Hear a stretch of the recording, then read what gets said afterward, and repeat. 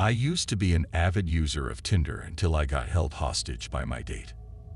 The perpetrator, under the alias C, was cute, and we hit it off quite well after matching. Later that night, we decided to hang out.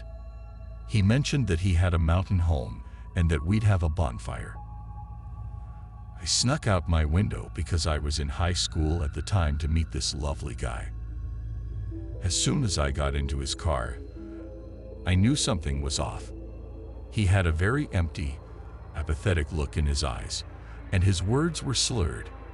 In the car, we had light conversation, in which he casually pointed to the XL cup of beer that he'd been sipping on during the drive, and mentioned that he'd taken some codeine. He was swerving and laughing about not being able to see the road, and that's when I texted my friend, Amber, to help me. The plan had been that when I arrived at C's home, Amber would send an Uber or Lyft my way, and I could escape. To my dismay, C drove deeper and deeper into the mountain, slowly climbing in altitude, until I couldn't see any lights for miles. It was dark, wooded, and quiet. I'd never been in such a remote location, and my phone had one bar. We pulled up to some dilapidated and dimly lit cabin. There was a pile of sloppily cut firewood, a chainsaw, and multiple packages of beer, even though I told him that I wouldn't be drinking. What was inside shook me, and was when I knew that this guy was psycho. In a crate was a litter of recently born puppies, and they were very emaciated. There were maggots crawling through their fur and skin, and they were lying in a pile of their own waste. Tears filled my eyes. "These puppies need to be fed," I said. He shrugged. "Nah, they're fine." He asked if I wanted to play with them, and I said yes, just to give the poor creatures the chance to run around. Despite their condition, they were very energetic and loving and cuddly. C proceeded to kick one very hard in its ribs, sending it flying across the porch. "Annoying little," he said. Immediately used the send my location function on my iPhone, so that Amber could get me and the poor babies out of here.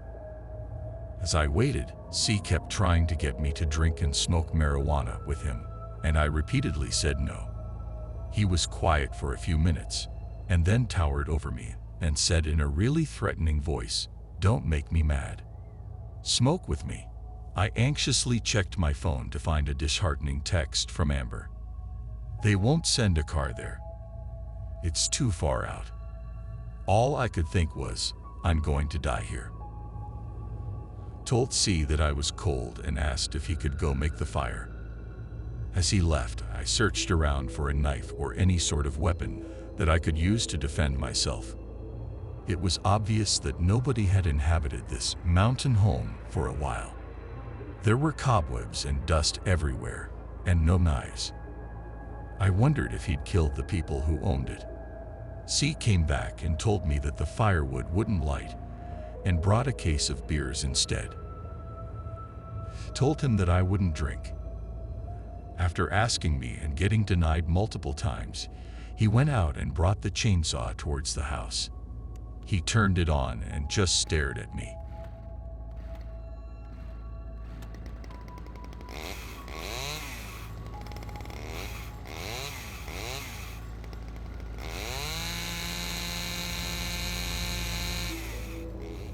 Chills went up my spine.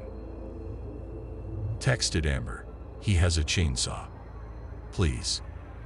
I didn't want to call the cops because there were drugs, and I didn't want to get into legal trouble. But I needed to get out. I smiled. "Hey, C, I will take a beer." He smiled back creepily and said, "I'll go get one."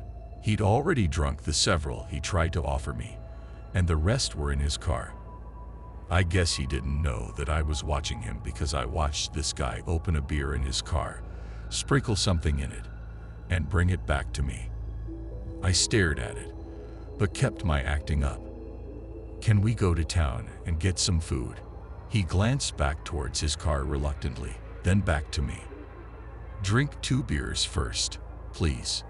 There was a lot of back and forth, with him shoving beers towards me, shoving me, and making tentative glances at the chainsaw.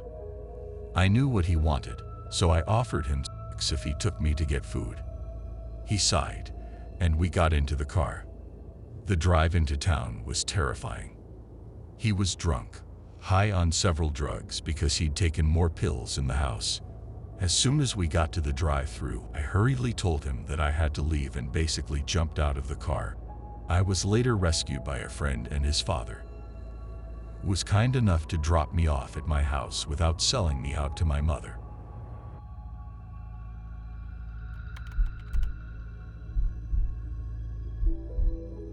The problem was that the date was on January 1st, and everything was closed for the new year. So when I went to pick my date up, she suggested we just hang out at her house. Her mother started treating me like I was the future son-in-law. She took several pictures of us the moment I walked in.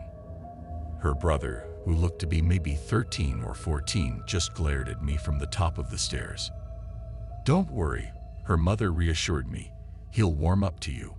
The inside of the house looked like it had been decorated by a Smithsonian curator who had been fired for stealing random items. Turns out, her mom fancied herself as an artist.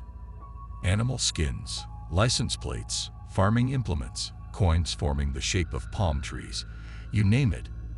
It was beyond eclectic.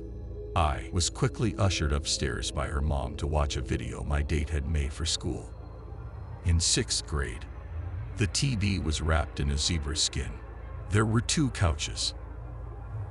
I sat down on one, next to my date. The mom plopped down on the other and just grinned at us throughout the entire 20 minutes of awkward history class presentation. The brother sat down next to me, apparently warming up to me. 5 minutes in, my date picked up my arm and put it around her, cuddling up to me. A little forward of her, but I was okay with it. Then her brother did the exact same thing with me. The mother just continued to beam at the 3 of us, with my arms around both of her kids. I've never felt more awkward in my entire life. After the video, my date suggested we play pool in the basement, just the 2 of us. Things were going fine until she cornered me, trying to kiss me. Fortunately, her mom called downstairs saying that she had cinnamon rolls ready for us, so I was saved. Or so I thought. When I got upstairs, I was handed a cinnamon roll and told I should go meet my date's father, who sat in semi-darkness at the end of a long dining room table. Kid you not, he was cleaning his gun, wearing his DEA jacket. His first question was where I had met his daughter. Fortunately, I answered his questions correctly, since we had met through a religious function. Apparently, he deemed me a nice enough guy not to kill on sight. After all that, I just wanted the night to end. I politely explained that I had better be on my way, since it would take me an hour to get home. My date walked me to my car, conveniently placed the car door between her and me, so the best she could get was a goodbye half hug. Drove 2 minutes down the road, parked, and screamed for a solid minute.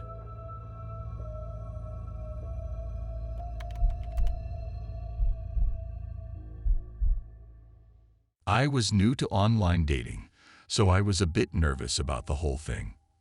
I had been talking to a girl online for 3 months, just exchanging emails and texts due to our busy schedules.